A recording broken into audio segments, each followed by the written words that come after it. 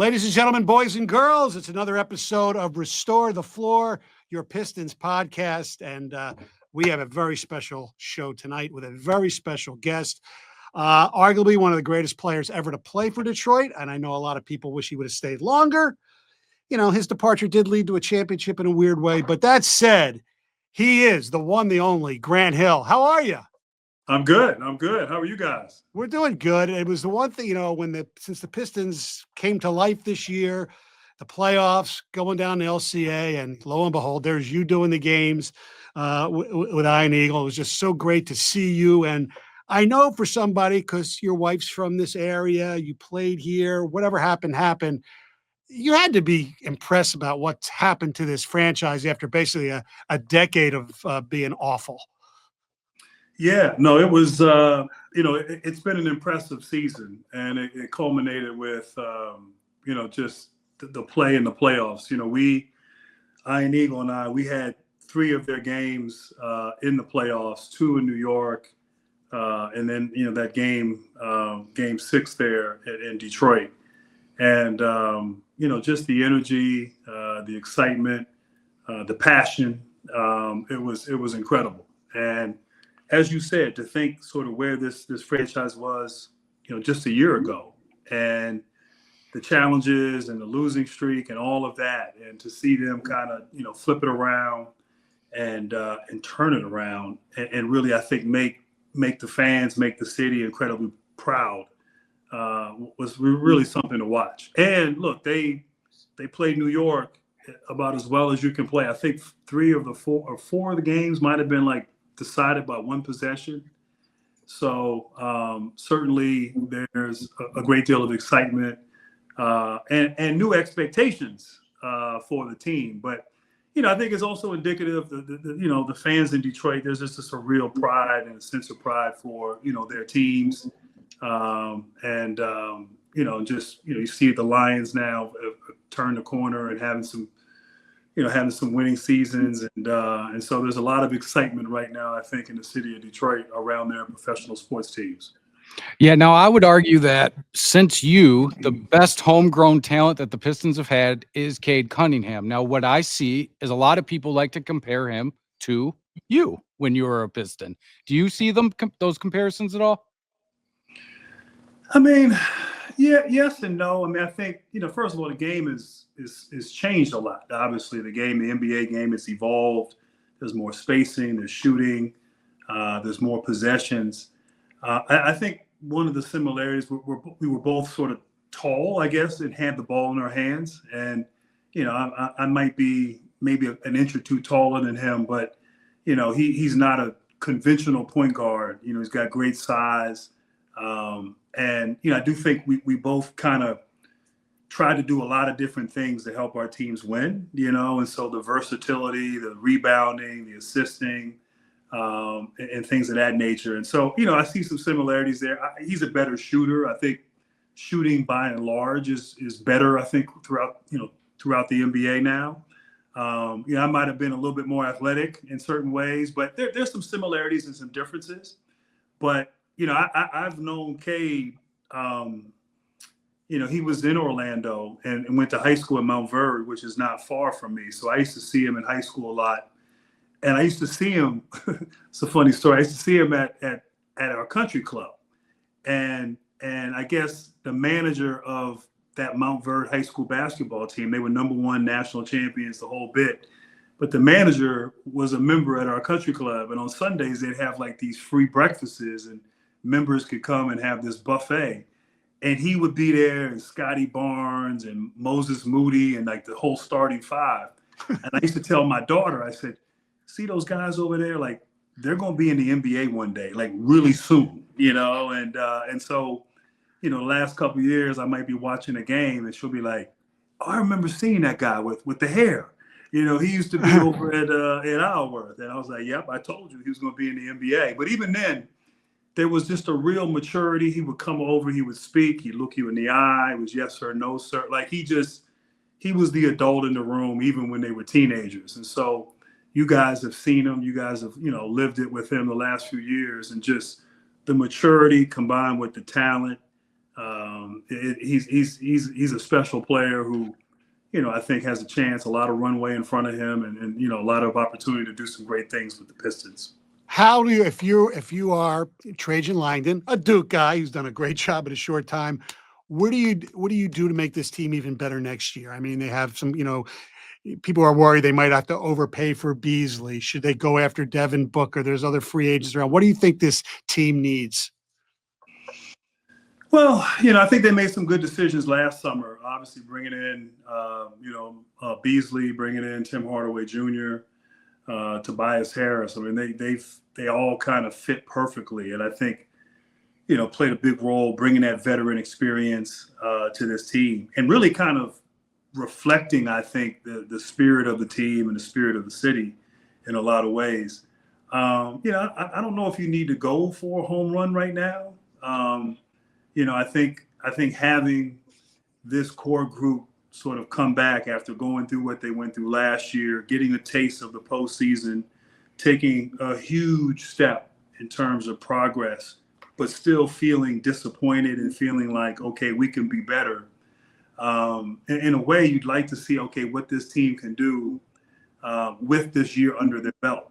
And I think last year, it was sort of going into last year, it was like, we need to prove that, that we can be a decent team, that we can be a good team.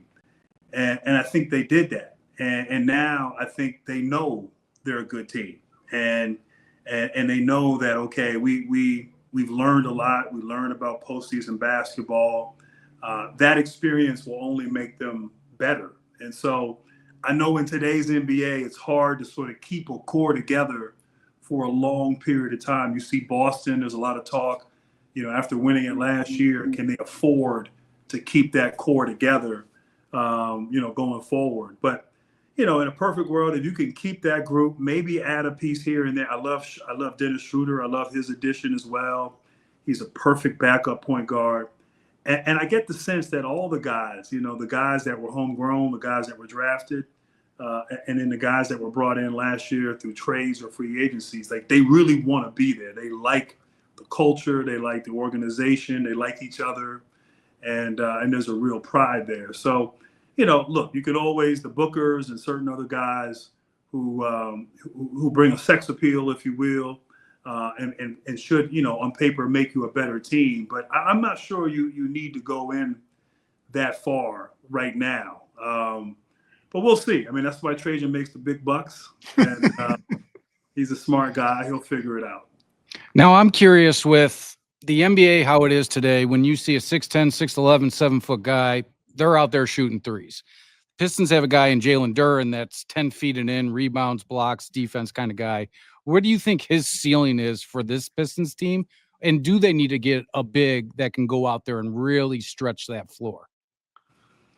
Yeah, I mean, I didn't get a chance to, obviously I watched the team a bunch on television, but you really get a sense for a team, I think, watching them in person. And so, Isaiah Stewart was out, and I think they missed him. If he played, who knows? They might still be playing right now. But, I love Duren. I love his game. I saw him up close in person in 2023 when we invited him along with Cade to be on the select team that practiced and helped prepare the World Cup team in the summer of 23. And you could see their chemistry that day, and his size and his strength, his physicality, Jalen Duren. But what impresses me is he can really pass the ball. You can see on that roll, that short roll, he was making some great passes. Thompson was cutting to the rim. He makes good decisions, in space there. Which you don't see a lot of times with big guys and guys that, big guy that's so young like him. And then his free throw shooting. I mean, he actually has a decent touch on his free throw. Like he shoots the ball well. It looks good. I think he was around 70%, maybe a little higher. I can't remember. But, I think there's a chance for him to expand his range and maybe get more comfortable knocking down that jump shot as he gets older. But, I always tell people in 2009, I was in Phoenix, and we had Shaq and Amari Stoudemire and Steve Nash, and Jason Richardson. We were an older team and certainly had expectations. And we didn't make the playoffs. And we traded Shaq to Cleveland, and we brought in Channing Frye, who was a role player in Portland. And then we won 56 games. And so, I think maybe, what you mentioned, a big who can space the floor, just give you a different look and create maybe some space. Instead of pick and rolling, you got someone who can pick and pop now. That might be on the to-do list for Langdon and the Pistons this offseason. So maybe a couple of things here and there, a couple tweaks. But I think the basic core of this group, if you can keep that together, watch out Eastern Conference. Let's go back in the Wayback Machine. I mean, you were here 6 years. I mean, 5 All-Star games. You averaged 21.5 points a game. You were a great player. Playoffs, not, the success wasn't there. And it's weird because doing talk radio in that time, it amazed me and a lot of people that there were people in this city who would have rather had like a guy like Iverson because they said, I don't know if it was because the Duke versus Michigan thing or whatever, he's not street enough for us. We don't, he's too much of a mama's boy. He's too, whatever. I don't know how you want to, describe it, but was that prevalent or was that just, sports talk radio? And did you feel that? Because it was really, to me, for lack of a better term, it really was screwed up thinking. Yeah. I didn't feel that. I mean, I'm sorry, I didn't listen to sports talk radio. That's okay. As much as I should have. And, it was a different time, obviously, before the internet really took off, before social media. I think back then you were kind of insulated from the noise, Right. So look, I recognize that we didn't have, the postseason success that I would have wanted. And I think that the fans would have wanted, the organization would have wanted. And I took that hard, for me, I blame myself. I didn't blame my teammates or the coaching staff or the organization. I looked at myself, that was really hard on me. And I felt like that was my responsibility to be able to get us, to progress, and, for example, the Pistons team this year, okay, you get a taste. Now in a year or two, you should be progressing. You should be getting to the second round and on and on. And so, one of the reasons why, I go back to when I was coming out of college and preparing for the draft, I wanted to go to Detroit. And, Milwaukee had the first pick. And I remember out of courtesy, I went to visit Milwaukee, but I didn't want to go there. And so I didn't go in there, which is probably a bad attitude, but I didn't go in there with the mindset of I'm going to prove that I'm the first pick. And then Dallas had the number 2 pick. I didn't even go visit Dallas. And I figured they had Jimmy Jackson, they had Jamal Mashburn. Jason Kidd was the right pick, was the right person. But I wanted to be in Detroit in part because, they had won. They had won championships and in recent years, 4 or 5 years removed from winning a championship. And so to me, when I was in college and, that was what the goal was. It was about winning championships. And that's all that really mattered.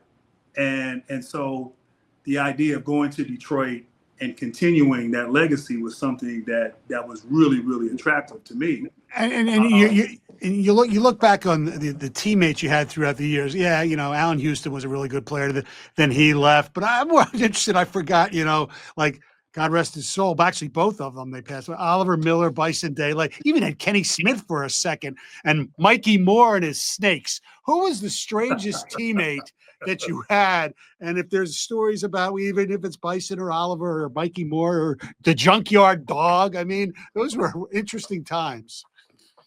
Yeah, no, they were interesting times. A lot of personalities. Mahorn was one of my favorites just because I watched him when he was in D.C. growing up. Right. And I remember he came to my camp when I was in 6th grade. He was with the Bullets, and then I played with him. I used to always talk about how old he was, and this bad boy, the ultimate bad boy, but. He was a teddy bear, and one of my favorite teammates. I mean, God rest his soul, Bison Dele, Brian Williams, an incredible talent, but just a different guy. And, he, you never could really figure him out. And that was, we invested a lot. We brought him in. He kind of gave us an inside presence. He was incredibly talented, as you remember. Yeah, he averaged like 17 a game that one year or something like that with you guys. Yeah, just a different guy, and I think it's come out later.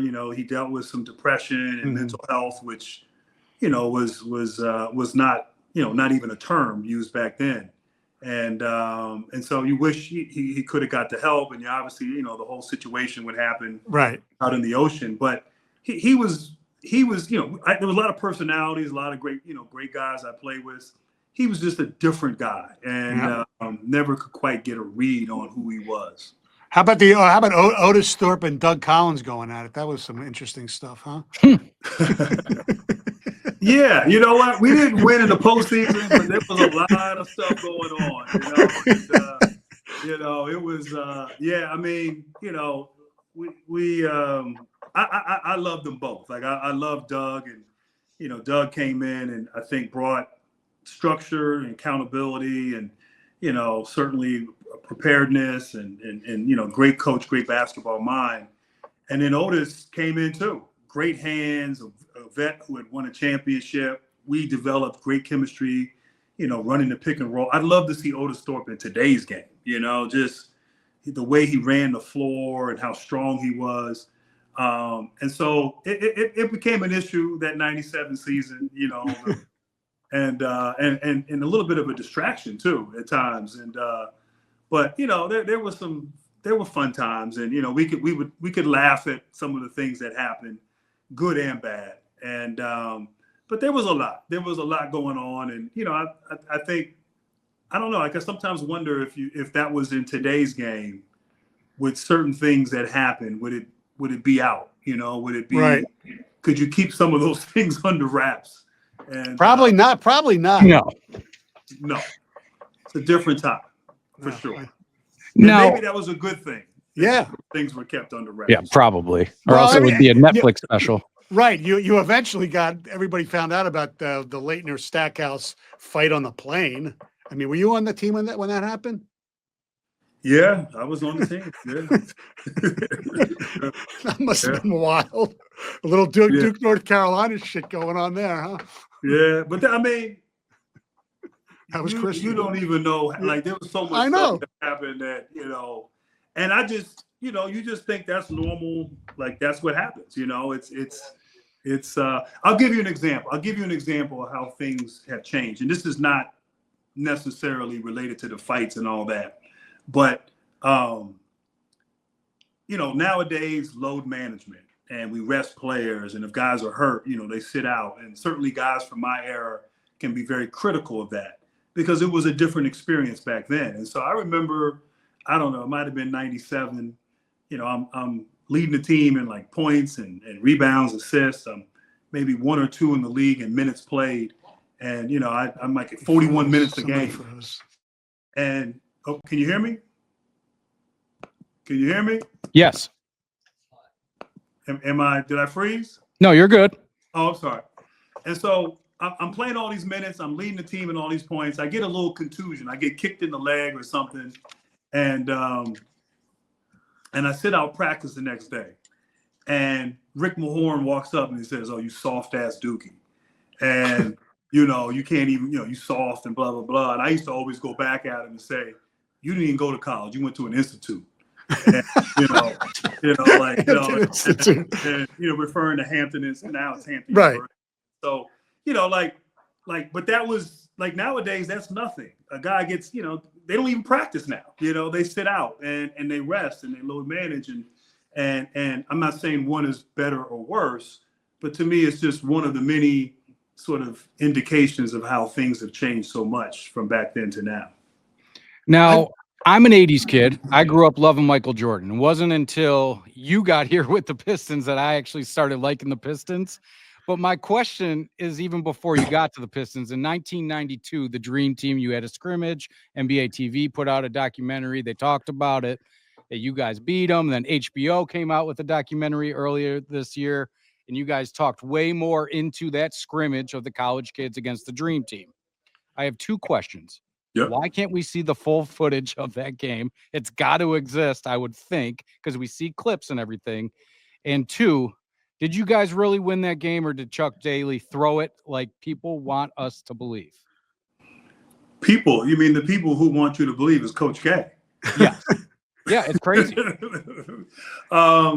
So the first question, well, look, I mean, we could have played we could have showed the whole scrimmage. But, you want to sort of explain it, give the proper context, backstories, all of that. And look, for years, I've been wanting to tell that story. And I think my role with USA Basketball, I was able to push that through and get it done. And so really excited about that. And to see Chris Webber and Mashburn and Penny, all the guys participate in their recall and their memory of things, it made it work. And, there was all this footage of the Dream Team in '92, back, behind the scenes at the hotel, on the bus, but there was no footage of us. So, we had to use the animation and so on and so forth. But, first of all, we all have the footage. So years ago, Pete Scorich, Yes, he's the one that recorded that. So he was the video guy for the Pistons, and Daly brought him, and he's up there with his camcorder recording the practice like he did. And then years later, I think I'm in Orlando, and it might have been the first time I came back to the Palace after years and years of being hurt. And Scorich gave me the DVD of the game, of the scrimmage. And so I'm watching it, and I'm like, oh man, I remember I was telling Allen Houston, I was like, Allen, you were on fire, and all this stuff. And so they did the documentary on the 2012 team, and it was like, Coach K kind of threw a jab at us and, made it seem like it was thrown. And so he became the evil character in it all, and so when we did this film, it was great, and it was great to confront him on it. But you know what? Next time I come to Detroit, I'll have to show it and play it for you. I would love that. I should upload it on YouTube. Yeah. Although Scorich will probably be mad at me. So and then we did beat them. I mean, we beat them. I mean, they beat us the next couple of days, but that first day, we had their number. And it was pretty incredible. Because I remember I was covering a media day, and then after the media day, I was out at Torrey Pines on the driving range, and I don't remember if you were there or not. And it was Weber, Penny. It was the first time Weber ever picked up a golf club, and he was so horrible. I couldn't believe that this was an athlete. Allen Houston, and there might have been another guy. And now Weber loves golf, but I remember just being on the driving range and out there with you guys. Now, one final thing when you played here, and then we'll get to leaving here quickly, but do you remember, I mean, to me, I think everybody's favorite Grant Hill play as a Piston was when you dunked on Zoe. That was one of I remember people going crazy about that because there was something that set you off on that, wasn't there? That I don't remember, but I just remember that play. Because if you could sum up one Grant Hill play to me, that was it. Is your Piston career? Yeah, no, I mean, it was interesting that play. I guess resonated with, I think to your point earlier, I think people thought, here I'm a child of, a professional athlete, went to Duke, and, certainly we understand now sort of the animosity towards Duke, not just because of Duke, Michigan, but I think in general. And you come to this sort of blue collar city, and, I think people don't know how to get, how to take you and how to receive you. And so the reality though, like I went to the hole, I went to dunk on people. I took trouble. And, I think you didn't see a lot of, like you see it more now. I think you see a lot more children of professional athletes, in the NBA. And you see them, at a high level. You didn't really see that back in the day. And so, I feel like I had better dunks. I had better dunks on people. I had better dunks on Zoe. But that play and that sequence where the previous possession we're on defense and we get tangled up. And what was happening was I was guarding Tim Hardaway and I was going under on the screen. And Zoe kept rolling as I'm going under, which is now it's illegal to do that. It's a moving screen. And so he did it once and got away with it. And so the next time I was just, it was this frustration. I kind of threw him, but he kind of tripped over my legs, and so it looked like I just like body slammed him, but the reality was I kind of threw him and he landed over my legs, and then he hit his head and whatever and got up, and then the next possession on the other end I dunked on him, and so I think people were like, oh wow, okay, like that's a definitive moment. That was actually a bad year. I think it was 98. And I only think we made the playoffs that year after making the playoffs the 2 previous years. But yeah, no, that was, Zoe was my guy. Zoe was my friend even before that. But I think, I don't know if it was reminded people of the bad boys or if they didn't think like I had that in me, you know what I'm saying? I don't know. But I still get people who I meet who are Pistons fans or from Detroit, and they'll be, oh, that time you threw Zoe down and dunked on him. Like that was pretty special. So sorry, Zoe. Looking back, why did you leave? Was it money? You needed a change of scenery or disgruntlement? You didn't think the team was going to go that far? Yeah, it's a great question. I've heard all different types of theories, and I've even heard like my wife wanted to go to Orlando because of music. Right. And, I remember that. My wife is an R&B artist. She's not a pop singer. She's not in sync. And she didn't. It was funny. She had gone off to LA and hated it, and then when we started dating and got married, was actually happy to be back in Detroit and close to her, her family in Windsor. So she didn't want to leave. And it was funny. I remember my last year. So the house we were in, I bought before her. So naturally, we got married in '99, and that whole year, we would go look at houses. And the intent was, was to re-sign and buy a new house together. I remember we went out to Rochester Hills, and it was the house I think Eminem is in now. And it was massive. It was massive. It was private, and it was maybe too big for us at the time. But I remember looking at that house, and then years later, I'm like, oh, Eminem, that's his house. Like I've seen pictures and videos or whatever. So anyway, I tell that story. Just the intention was to stay. I think what happened was I got hurt, and there was some sort of mismanagement there at the end. Mm-hmm. And, the doctor who's no longer alive kind of said some things to some people who were part of the traveling party, questioning like what, was in my head and whatever. And so I think what happened was I got emotional, like I got upset. I'm on crutches, I'm stewing, I'm going into free agency. And now all of a sudden, like I'm upset, I'm angry. And now I start thinking about all these things and thinking about the team and thinking about this and thinking about some of the decisions that have been made and all these different things. And I don't think if I hadn't have got hurt, I wouldn't have left, like I wanted to, Dave Bing was sort of someone who, and even Joe, like Isaiah, guys who were with one team in one city for the entirety of their career, like that was what was appealing to me. But I think it wasn't the injury, but it was sort of what happened and led up to the injury that got me so upset. And, I made a decision out of emotion, which is not always the best way to make a decision. But, look, I know the team went on and had great success, but, looking back at it, it probably was the right decision, and, yeah, if Duncan would have held his end of the deal, you'd have had the three of you in Orlando, right? He never committed. he never commit. Like he was interested, but he had never committed to going.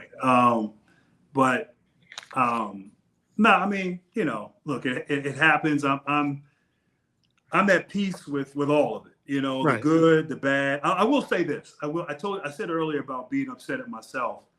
I think when I played in Detroit, I didn't allow myself permission to really enjoy and appreciate what I was doing, what we were doing. Yes, we never got close to winning a championship, but there were some really magical things that happened and some things. And, I always say, it's we're in a results business, but are you doing things the right way? Are you professional? Are you bringing the championship effort? Are you playing for one another? Are you being a lead? All these things. And I felt like most of those teams, not all of them, but I thought we did that. We maybe came up short. We weren't good enough. I wasn't good enough, whatever the case may be. But because we weren't winning, I didn't really give myself permission to really be grateful and appreciate it. And because I put all the blame on myself. And I recently wrote a book a couple years ago. And a book forces you to relive and go back and kind of live in those moments. And I think that process made me appreciate just how good it was, how good I was, some of the things that happened personally, but also how enjoyable those teams and those experiences were. And even the craziness, even some of the wild, wacky stories that occurred. But, to me, we weren't winning. And I'm the face of the team. I'm whatever. I'm supposed to win. And so that was, I never put up, even to this day, I don't have, if you came in my house, there'd be no proof or evidence that an NBA player lives in that house. And I always felt like putting up your accomplishments and trophies and all of that makes you soft. And so I wanted to stay hungry. And so, my wife thinks I'm crazy. And she's like, you're not playing anymore. Put something up, whatever. But that was sort of my thinking and my thought process back then was I can't enjoy it because we're not winning. And winning, I'm getting all this individual attention and notoriety and all of that. But that's not really what I wanted to win. And maybe I should have, one could say, well, you should have done less of that. And maybe there's some, truth to that. But the bottom line was we didn't get it done. I didn't get it done.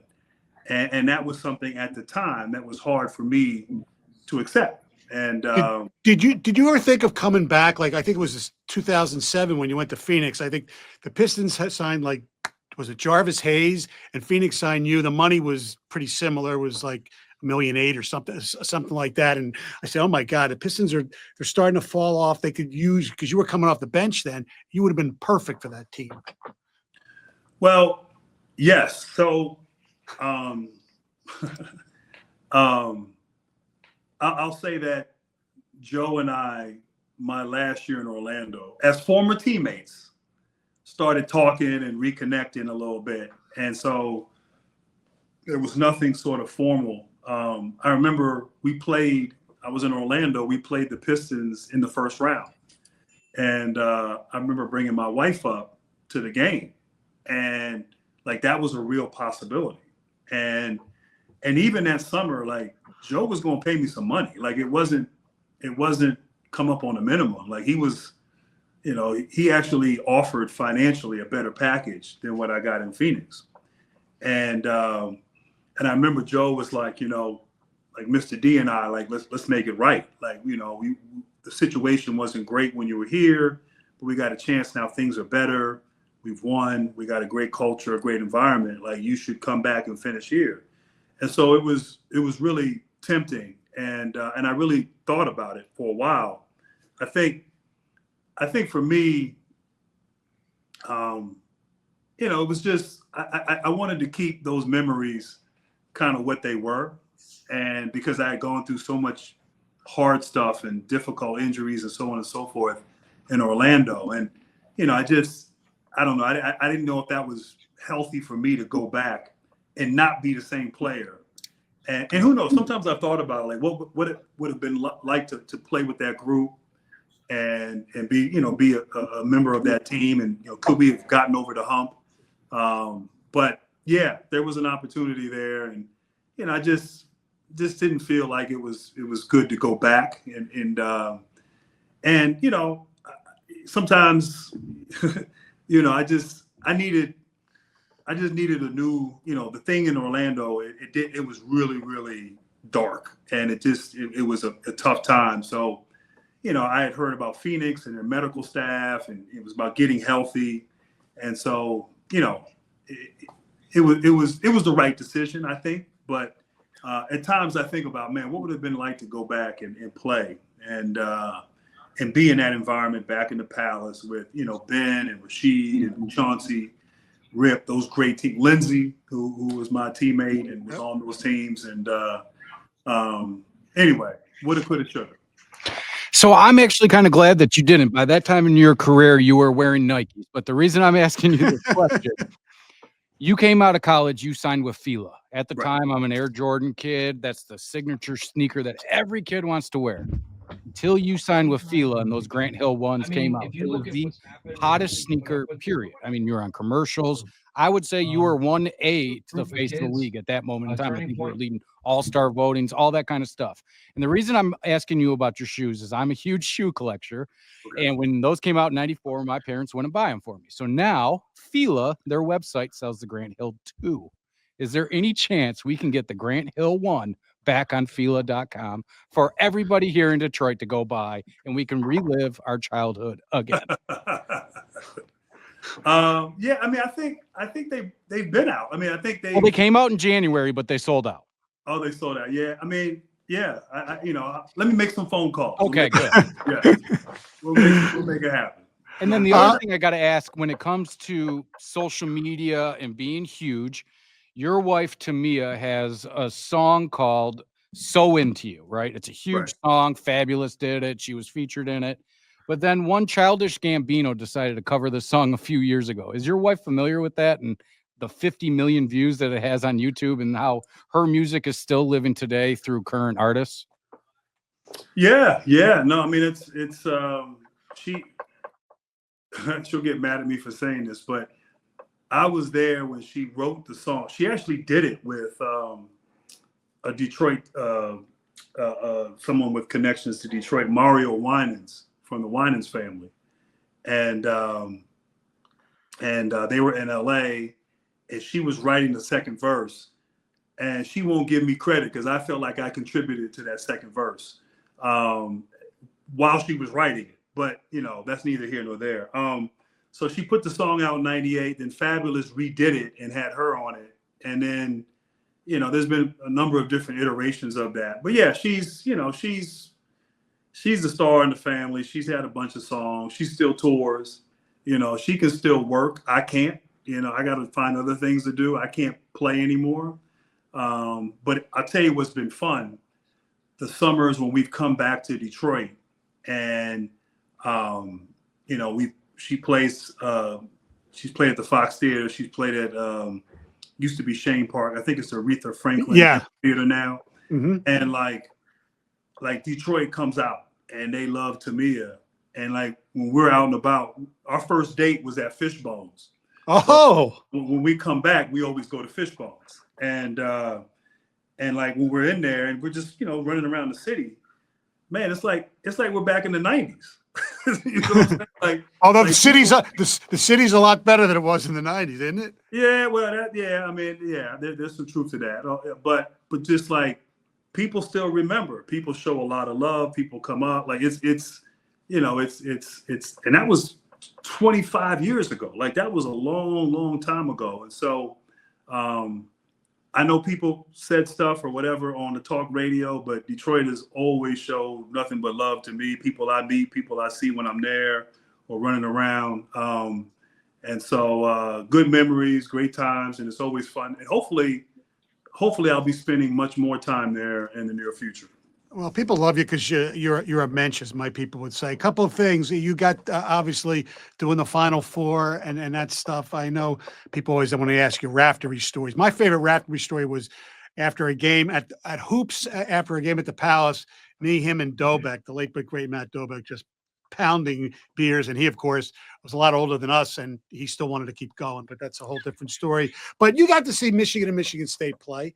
Yeah. Who's got a brighter future, and how does Izzo survive what's going on in college sports? Because I know he's resisting. He's trying to do it the right way. Yeah, I mean, they had a great year. I mean, I got a chance to see both of them up close in person. We did the last home game right. season at Michigan State. Michigan played there, and then saw them in the Big Ten tournament, and then saw them, of course, in the Sweet 16 and in the Elite Eight. Izzo's team, they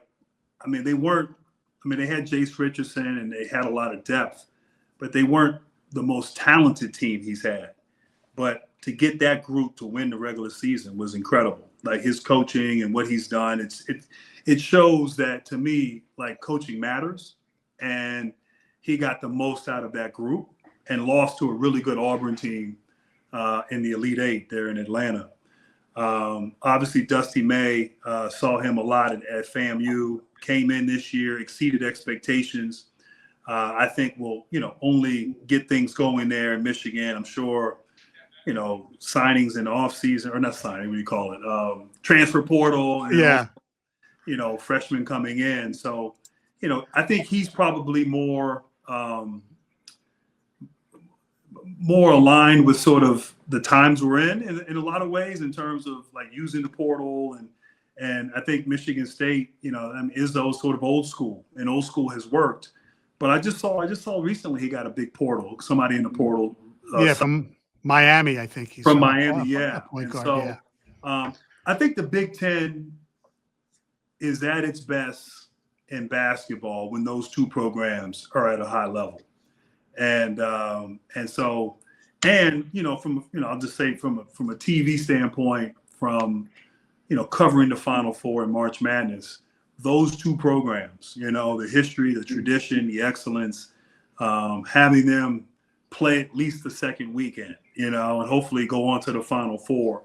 It's good for numbers. It's good for ratings, excitement, and we got that this year. And so I think May is just beginning, and I think has a chance for great success. And I think Coach Izzo is holding on. And I think there's a kid coming in from my high school who I That's played right. with. That's Yeah. right. South Lakes High School. Jordan Scott. I played with his dad, Jerome Scott. His mom was older. I think she was like maybe Naismith Player of the Year in 1986. So he comes from good stock. I've known him since he was practically a baby. And there's another DC kid coming in too. His friend. There's a kid from Maryland too that's coming in. Yeah. So I told Izzo, what are you doing? You're coming over to DC, man. Like, you're coming on our territory. That's where Duke likes to go. That's where our pipeline is. But Jordan is about 6'6", 6'7", can really shoot it. Like, he's got real deep range. Anyway, but no, it's exciting times for those programs, and different sort of stages in terms of Izzo at the end of his career, and then Dusty with a lot of runway in front of him. Now, the last thing for me, Stoney, Yeah. is actually, so when you were playing with the Pistons, you actually helped create a basketball term that was sprited. Anybody that got blocked by the rim, that was sprited, it was Grant Hill. I need to know, is Grant Hill still drinking Sprite? Yeah, every once in a while. Yeah, back in the day, Grant Hill drinks Sprite because of that commercial was out of control. So back in the day, I remember Jerome Williams. They used to come over to my house, and I had a Sprite machine in my garage, and they would come over like every week, maybe once a week, maybe once every 2 weeks, and like the Coca-Cola bottling there in Michigan would like fill it up. And I had Powerade, I had everything in there, and so I remember Jerome. So Jerome then went to Toronto and played with the Raptors, and he brought his whole JYD act with him.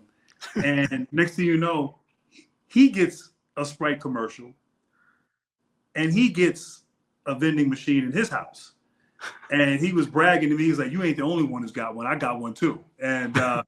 And so, but yeah, every once in a while I still drink it, And, Final thing. So when are we getting a WNBA team? I hear you're part of a whole group that's going to bring the shock back. Keep the name, hopefully. Yeah, no, it's exciting. I'll say what I can say. We're still waiting, as are other cities who have been part of the expansion bid process. But I really like our chances, and I like our group. You got people who have connectivity to Detroit in some form or fashion. And, part of it is a story, and it's a compelling story. I started talking about a year ago with Arn Tellem, and to bring in, Sheila Ford Hamp and her family, obviously the owner of the Lions, the Illich family. We all know, their connectivity to Detroit and professional sports.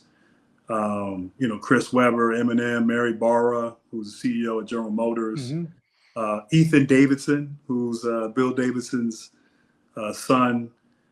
Just a lot of really interesting people who have been a part of the city. And I remember when the Shock first started. I used to live in Detroit in the summers, and so I'd go up there and work at the facility with Arnie. And I remember like Nancy Lieberman Klein, who was a great player and was I think the first coach of the Shock. Yep.